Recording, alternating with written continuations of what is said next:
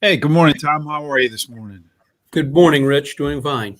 Yeah, doing well. Staying out of all that rain. I know that down your way they got a little bit of rain, right? Yes, Yeah, we didn't really get much up here from that remnant of the storm. You ready for another week of Breeders' Cup winning your in races? I am. I am. Short fields, but interesting fields. Short fields and some restrained commentary from Tom for the Breeders' Cup winning your in races this Saturday at Saratoga, the Flower Bowl Stakes, and the Jockey Gold Cup.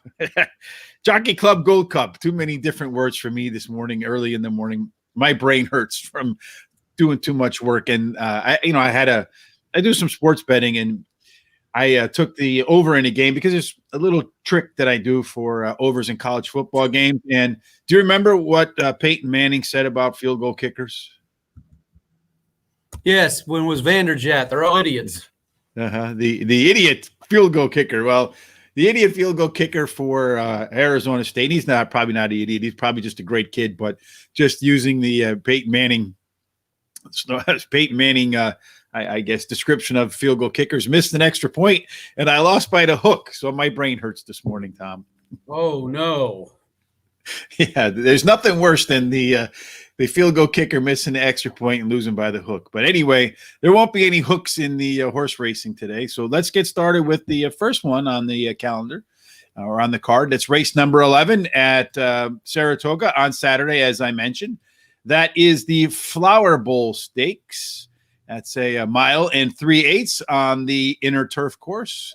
It's what I think 6 horses in the field, Tom. Is that right? Yes.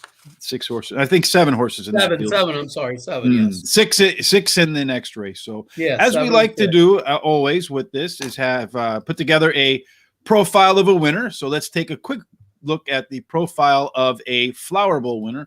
I know Tom absolutely loves this part of the show because he feels like history is the precursor to all victories. Don't expect to get paid. The favorite has won 6 of the last 10 at an average price between 3 to 5 and 4 to 5.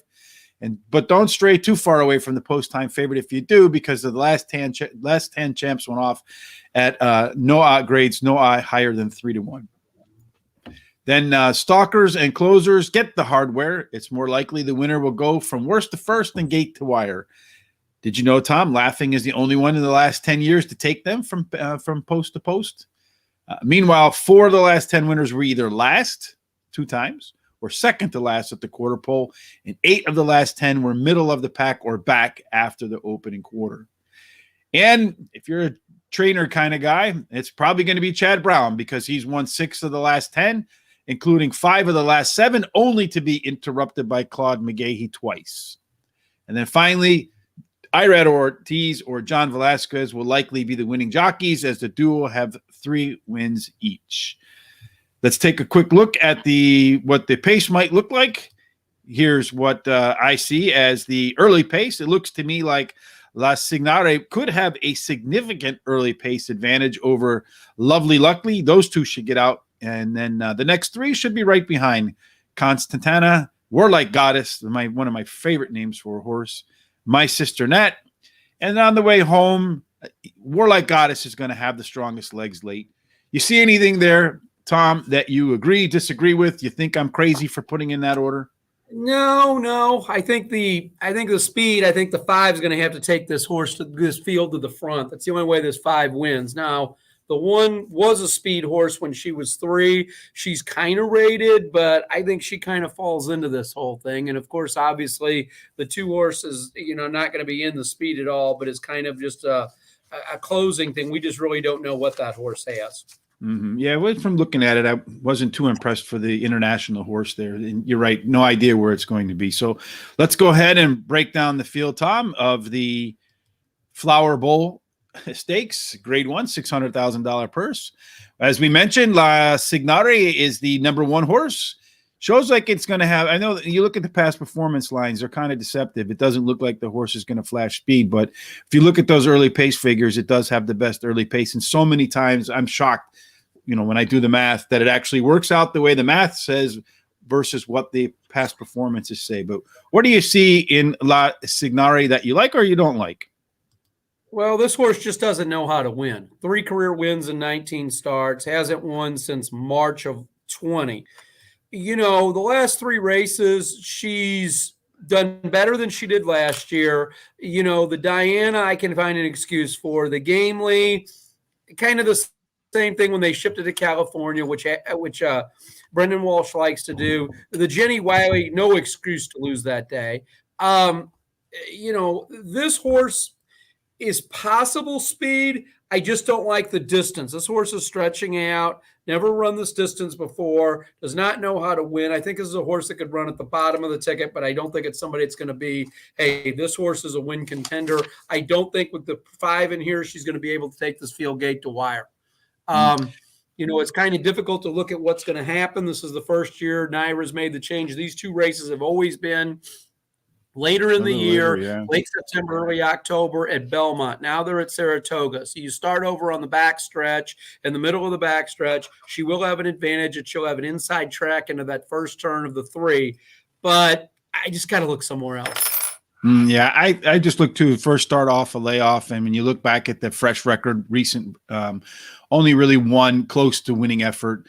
That was way back at Churchill at the Mint Julep. So I agree with you. I don't think you're going to find your winner in La Signare.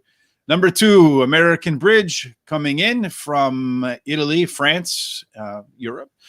Looks like the last time over a good surface worked out pretty well for that horse. A lot of all-weather runs, and then you had one other good run back there in July of 2020 in France, but that wasn't a very good one. So maybe a horse that's better suited for a course that's a little bit heavier. Well, maybe. I just want to know what happened. Peter Brand owns this horse. This horse is going to be in Chad Brown's horse Saturday evening at 10 p.m. What the deal was with the trainer that, okay, you can bring this horse to the United States and run him under your colors instead of letting me ship this horse. This is a nice horse. I give Brent credit. He went over to France and bought this horse at the auction. He's looked at this horse. She's run with the boys. She's held her own. But if you throw out all the polytrack races, this horse has only ran on turf twice. 2 wins, 2 off the board. So if she doesn't win, she's not going to be on the board. She's run at the minor tracks in Italy and she's run at Italy, which is a minor track on that European circuit, and the minor tracks in France. I think she's a nice horse. I don't think she's a grade 1 horse. She runs from way back in the pack, so she's not going to affect the pace. I think this is kind of I put this horse in here. I originally thought Brant brought this horse as a rabbit for his other horse, the 4, but in looking at the video of this horse, that's not true. I think this horse will be a nice horse, a nice grade 3 horse when she gets settled into the brown barn and acclimated to the United States. Just don't see it today. Yeah, me either. I don't see it today either. I like I said, the good performances, like you mentioned, on the good surface are either they're really good or have been really bad. I think a lot of times European horses, they do respond to the faster, harder, firmer turf over here, but I don't see that one doing it. Number 3, Warlike Goddess, the 4-5 favorite. As I mentioned, the favorites do tend to do pretty well in this spot. Going to be closing like a truck, Mack truck, 3 out of 1, 5 out of 6 races. The one race that it didn't win, didn't really have much of an excuse. But what do you see? Warlike Goddess, easy winner here? Well, this horse is a new horse in its last 3 races. The first 3 races of the career, it was a very nice horse, but, won the maiden, won the next level allowance. Mott put her in the grade 3 at Gulfstream earlier this year. Didn't run a yard. It was kind of a slow pace. So for a closer, that really didn't help. Then all of a sudden, over the course of the next month, this horse grew. He didn't start this horse till September, almost October of her 3-year-old year. She's fully grown now. She's matured into herself.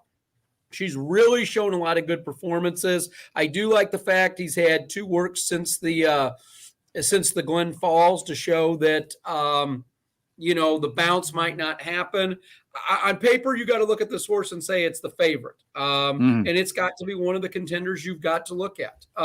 Julian Leperou's only rode twice at Saratoga this year, and one of them was on this horse in the Glen Falls. So, I put this horse as a major contender. Yeah, I'll the hold only off on my horse in the pick till field later. that ran a speed figure last time out better than par for this level. So I think the odds are appropriate for Warlike Goddess. The horse has definitely not done anything wrong recently. So second race off a layoff. I don't worry about the bounce because that speed number didn't really jump up significantly from the previous starts. So if it had gone up like 15% or something along those lines, I would be a little bit fearful. But just a 2 or 3% increase, that's just the horse getting bigger, stronger, more in better shape, just a better horse. My Sister Nat. Chad Brown, as I mentioned, Chad Brown likes to win this race, winning 5 of the last 7. Can he make it 6 of the last 8 with My Sister Nat? He most definitely could. As hot as that barn's been, beat in the Glen Falls and just couldn't get past the horse to his inside. Here's a horse that at high odds came 2 lengths away from beating Mean Mary two races back. That more impressed me than the last race. I think this horse has a lot of talent. This horse lost by a head last year to Civil Union. Just as it lost to Civil Union in the Glen Falls, I think we could have a similar situation. I'm going to gain ground on the horse that beat me in the Glen Falls, but I'm not going to win the Flower Bowl. Yeah, I look at the horse too. It does have some of the top pedigree scores for the distance and surface. I just feel like the horse is another one that of late, at least in 2021, hasn't figured out quite where the winner's circle is again. So it needs to figure out how to win. I don't like horses that seem to hang at the end of races and can't get that extra jump up in there. Did lose by, it wasn't even close to Warlike Goddess last time. So I think it could be a difficult task to flip that script this time too. Number 5, Lovely Lucky. Got to like the alliterations. Won its last race, right off the pace as the favorite, but taking a huge step up in class. Any chance it can take that step up in class? I mean, it's an all or nothing horse. Albert Trani did this last year as well with this horse. We come to Saratoga and come upstate and win an optional claimer or a small level allowance race, and let's throw her into the graded wars. Same thing. And this horse is just over his head and was outclassed. Only horse this horse would have and take this field gate to wire. I don't see it possible with this group. Mm-hmm. Yeah. Well, the one thing is John Velasquez has done okay in this race. So maybe there's your angle. He's won 3 of these in the last 10 years. Number 6, Great Island. Coming off a layoff. Last time out was at Monmouth. I do kind of like that Monmouth angle now. That's kind of played out a little bit, I think, where horse doesn't get any kind of encouragement from the jockey, runs a really good race. But this is one of the cases where I think a bounce candidate is possible because that speed number was far away from anything else that Great Island has produced. I watched this matchmaker last evening, and it visually was the most impressive race I've seen of anybody in this field. I don't know if this horse needs Lasix. I don't know if that's why the improvement from the Gallarat. I don't know if the horse just didn't like Pimlico, which horses don't like Pimlico. I understand it's a quirky surface with quirky turns. If this horse can get the distance, I think that this is the one chance of upsetting the favorite today. All right. Yeah. I just feel like that number is a little bit too high for where it's been before so it is a bounce candidate. Looking at the workout since, they've been middle of the road. So I don't see much improvement or any hint that the horse will remain that sharp. Maybe just a fan of the Jersey Shore. Finally, Costana, number 7. This horse last time out, well, it's done pretty well. Last 4 races have been first, second, alternating. So if it was first last time, the pattern continues, run second this time, Tom. What do you think? It's a grinder. I like the trainer. She's made a lot of strides in the last year and a half. She's not in this class, though. She's not in grade 1 class. You got horses that are, allowance races and running on the turf, and then you're going to try and take them against the grade 1s. Mind you, this race didn't draw that tough. It didn't attract most of the better turf horses because of where it's at on the calendar. It's kind of in a quirky spot, but, not a speed horse, not fast afoot, I just don't see it. All right. So now becomes the moment of truth, Tom. How are you laying them out? I'm going to take Great Island in a big stretch duel to beat Warlike Goddess and My Sister Nat. So I'm going to go with the favorite. I know that's pretty weak, but Warlike Goddess on top. My Sister Nat second. La Signare is going to be third, and Great Island will be fourth. That's how I'm laying them out, Tom. We'll see how they finish when it's official, right? As we always say. Should be a fun race. The next race, the next race is the Jockey Club Gold Cup. It's the 12th race on the card. Last race on the Saratoga card, I think. And looking at it, the winner goes off into the Breeders' Cup Classic. Before we get into the fields, any chance you think any one of these horses could actually win the Breeders' Cup Classic? I'm going to tell you this. I've always been a Max Player fan. I'll touch more on Max Player when I get to the horse. I don't think there was a better 3-year-old in the country last year, and I don't think there was a more mismanaged 3-year-old in the country last year. I'll get to that where it's at. But other than that, that's the only horse I could see that could stand up against this crew that would be in the Breeders' Cup Classic. And I will say this. I remember as a child when this race was the Marlboro Gold Cup, and you had Affirmed running against Seattle Slew and Spectacular Bid in the mix and everything like that. And this was a race CBS televised as part of their Saturday afternoon with Jack Whitaker. And I look at what this field has become, and I know that Naira is focusing and shuffling the schedule and moving some stakes to Saratoga and some to Belmont because of the timing and the calendar and COVID.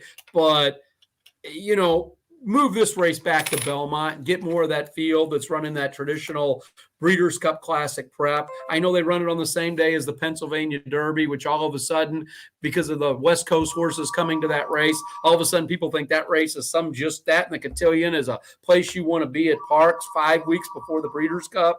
Don't see it, never have, never will. That's kind of my thoughts on this. This is just a race to me.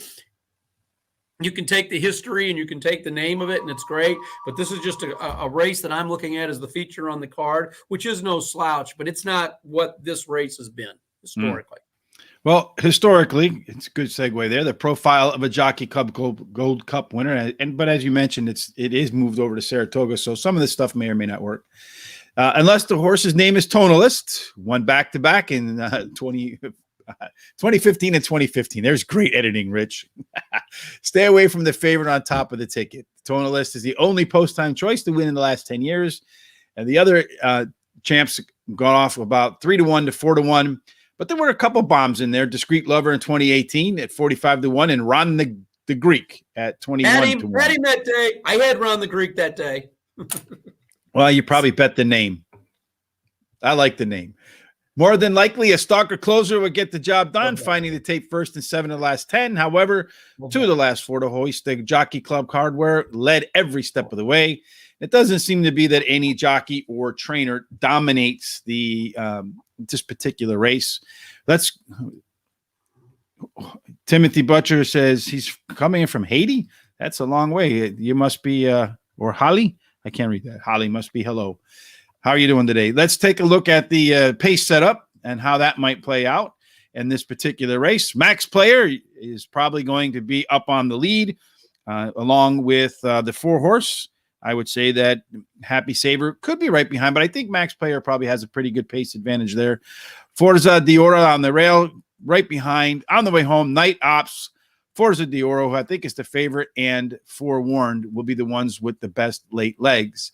Anything there that you see that you agree with, to disagree with, Thomas? I think the 1 horse with Alvarado is going to go straight to the front and try and take this field. I think that Max Player is going to be very happy to lay right off his shoulder and look to pounce. All right, fantastic. Well, how I see it. And on the way home, you think Night Ops has the best legs? I would say he's probably the best closer of the bunch, the way that I see it, the way that it's on paper. All right, fantastic. So let's take a look at each horse and see what you think about the horses and their chances to take the title here. So I got to pull this off of here for that to work, right? And I got to press this button. Too many buttons in the morning.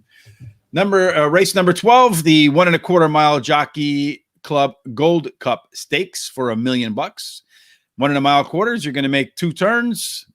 Forza Diora, who is the favorite on the rail, making the first start off a layoff. Some iffy works since the last race at Saratoga. Vulnerable favorite? Oh, very much so. I didn't even realize this horse was the favorite.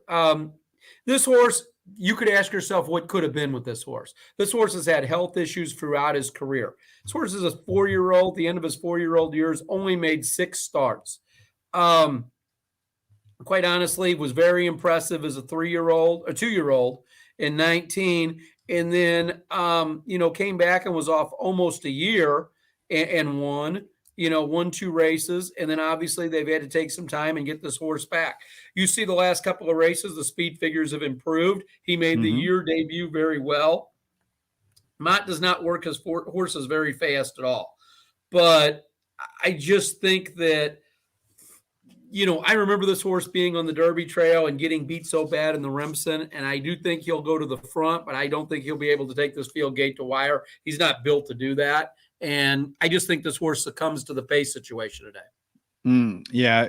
The one thing you did mention those pace numbers, there's 3 in a row, 4 in a row that where you saw the speed figure increase. And the last one was one of 2 horses that had the speed figure above par to win this race.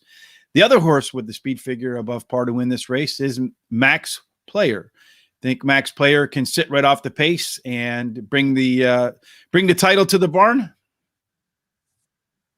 Yes, with apologies to our co-host who owns part of Authentic. This was the most talented 3-year-old last year, and it took 2 great trainers to file this horse up and the NYRA condition book, because you will never be able to explain to me how in early February you have a 1.125 prep that gives you some Derby points, and then you come back 4 weeks later and your next Derby prep on the New York circuit is only a mile. Linda Rice opted not to run the horse in the mile race after the Withers. And long story short, when she did that, then COVID hit. So this horse had all kinds of momentum. Won that Withers and looked like just a real champ. And I thought this horse was a real Derby contender. She didn't find a way to run this horse anywhere. So she trained the horse. She worked the horse. She did all she could because racing was canceled. You couldn't ship, limitations like that. Horse comes back in the Belmont. And obviously, you know how I feel about DR Post. And I was all against Tis the Law that day. And this horse ran a bang-up race, only lost by 5 lengths to Tis the Law, who had a great performance, but was right there with DR Post and beat other horses. The Travers, took all the time off, came back and ran the Travers, and, still looked like this horse was ready to go. Changed barns, went to Louisville. They tinkered with this horse. Nothing happened. They've given this horse some time off after the debacle of sending this horse to Saudi Arabia. Came back, tried to get him right in the Pimlico Special. Just wasn't a good race. Brought this horse back to New York in the Suburban and showed what this horse kind of can do. This horse isn't a 1.125 horse. This horse is a 3/16. This horse needs every bit of 10 furlongs and will relish this distance today and can just glide right out. And, beat Mystic Guide. But remember, Mystic Guide got hurt in that last race, but stared Happy Savor down, beat Happy Savor, by 3 lengths, who everybody thinks is going to be the play here today. I think this horse is getting good at a good time. You've seen some Breeders' Cup Classic champions do this. He's got an ideal style. The Asmussen barn has been hot. Yeah, I like the fact that the horse raced well last time out. You do have a speed figure that's in line with some of its better races, so that's not one that concerns me. And since that last race on July 3rd has worked out at Saratoga, some on the training track mostly, and those workouts have been pretty solid. And what we've seen in the past, the training track workouts don't seem to be any much different than the ones on the regular track. So I do like Max Player in this spot, one of my favorite horses. Number 3, Chess Chief. Has not put up a good effort in a little bit. Last 3 races have been what I would call not quality starts. Anything that you see in the workouts, past performance, history. Scratch through the turf race at Colonial. And the number 2 factors that Maxfield is not in this field.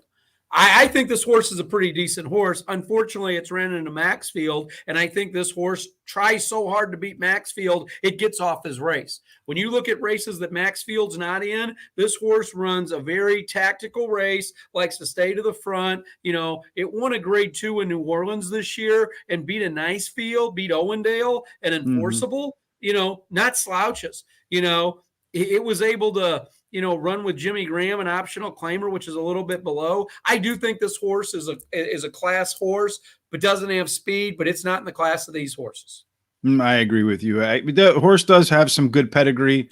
I was the beaten favorite last time out in a much lower level. I think it's going to have to really improve. It's only won 3 of its last 13 starts. It's going to have some major improvement to be a factor here. Number 4, Happy Savor. I like that name. I like when things are happy. Missed out to Max Player last time out. It's the second favorite, Irad Ortiz, Todd Pletcher. The 2 win at about 28% together. Horses really never run a bad race. I don't think this horse is heading in the right direction, Rich. And I don't look so much at the Suburban when it couldn't beat Mystic Guide. And I'm not going to go to Max Player. But I go back in this race at Belmont. They put this horse in for the year, and this horse won this race last year. And he prepped by winning the Tessio and, had been undefeated. He's won 5 of 6 lifetime. He ran against the slop last time, so I can make a lot of excuses for the last race. But you go back 2 races back against optional claimers for $100,000. This horse should have aired and won by 4, 5, 6 lengths, and this horse struggled to win. I don't think this horse is going good. He's going to be a favorite on paper. He's going to be a favorite at the windows, and I'm going to take a stand against this horse like you haven't seen. So you're not on this horse, huh? Well, then you and I might be opposed to one another at the end. We'll see what happens when they line up in the winner's circle. Number 5, Night Ops. This horse should be, I think, one of the horses that have been coming late, but last time out did come a little bit closer to the pace with Manny Franco. Manny does seem to like to ride a little closer to the front than the back. 3rd time off a layoff.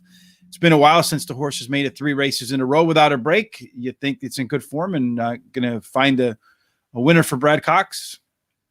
No, I think this horse is a step below. This horse keeps good company, but not great company. This horse is one of those that, in that Cox barn, you've got Essential Quality, you've got Knicks Go, and then in the classic division, you've got horses a step below, which is where Night Ops is going to be.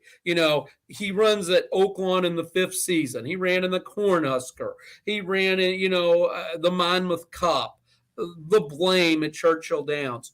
All of those are minor levels. Those aren't what you typically see a horse in this classic division win, where you go from the Whitney to the Jockey Club Gold Cup and your Pacific Classics and your older races around the country. I just think this horse is a step below. I think she's a nice horse. You know what? It's been a nice earner. They paid $5,000 for this horse, and he's made $823,000. So it's been a nice return. I just don't see it as a fit here, or as a fit later on down the road in the Classic. Yeah, the only thing I would say is if it's I don't know what the weather forecast is for Saratoga, but I know that the weather tends to move from Chicago out to the east. So it's been cool and sunny and warm. I mean, it's been like in the 70s, like Southern California weather. I don't suspect it's going to rain there, but if it is wet, Night Ops has hit the board 5 of 5 on and off track. So upgrade him, I think, if you see a little bit of precipitation. Finally, Forewarned, 50-1. Is this one of those horses we talked about last week with the Simply Forgettable? It's pretty good. I should go on to America's Got Talent, don't you think? A couple years ago, this trainer had a horse that won one of these preps and Breeders' Cup prep and won the Pennsylvania Derby and was a big story and went to the Breeders' Cup, and it was the underdog, and seemed like a real nice guy, seemed like a hardworking guy, scratching out a living at parks and doing everything that he can do. But this horse just does not belong here. Again, a horse they paid $40,000 for. It's made $600,000. It's had a real nice career. It's won 8 times in 40 races, hit the board almost half the time. But come on now. You ran in the Pimlico Special, which is the only graded race in the last 10. You got dusted by 19 and you were 72-1. Whatever they pay to nominate, enter, and ship this horse here is money they should have stayed home and ran somewhere else. Well, maybe there's a good party Thursday night or last night, right? That he wanted to go to, worth the trip up the East Coast from Baltimore. Well, he came in from Ohio, but from Baltimore to New York. All right, Tom. So it's the moment of truth. Park, so this is Trainer Stables at Park. So between Philadelphia and Saratoga Springs, where would you rather spend a Saturday afternoon? Well, I'd rather spend it somewhere where I'd be getting my picture taken and winning a race. That's what your job as a trainer is to do. Your job ain't to be booking your travel on where you're at. I mean, I'd stay in the south of France or something if I had my druthers on that. If that was the choice you'd have, I'd run over at Chantil or Deauville or somewhere like that. But this just isn't a good spot for this horse. And I hate to see horses, get beat up like this. I mean, I agree. So who do you think is going to win? What's your order, Tom? I'm going to go Max Player. I'm going to go Happy Savor. I'm going to go Chess Chief and Night Ops. For me, I'm going to go number 4, Happy Savor on top, followed by Max Player, though I do think it's going to be real close between those two. I could see it being ahead Bob at the wire. Number 1, Forzo d'Oro, and Night Ops rounds out my top 4. That wraps up the our preview for the Breeders' Cup Win and You're In races this Saturday at Saratoga. Again, the Flower Bowl and the Jockey Gold Club Stakes.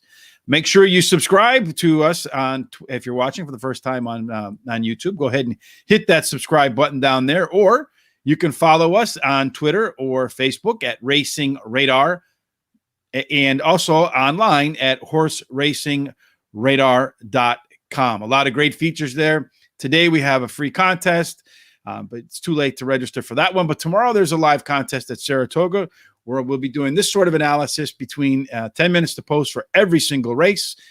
The winner gets $100. So make sure you head over to Horse Racing Radar. It's all free. Register for the contest. Hear what we have to say about every race, and hopefully at the end collect $100.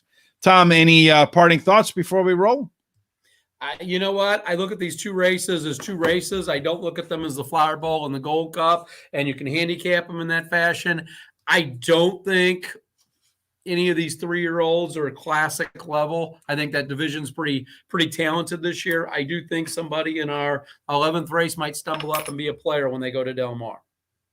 Yes, I agree with you. I don't really see a classic winner coming out of that Jockey Gold Club Gold Club race. I don't know why I can't put those words together in order, but nonetheless, hopefully we've put the picks together in order until we catch up with you at our next Breeders' Cup Win and You're In Challenge Series preview. As always, good luck at the races and hope to see your picks in the winner's circle.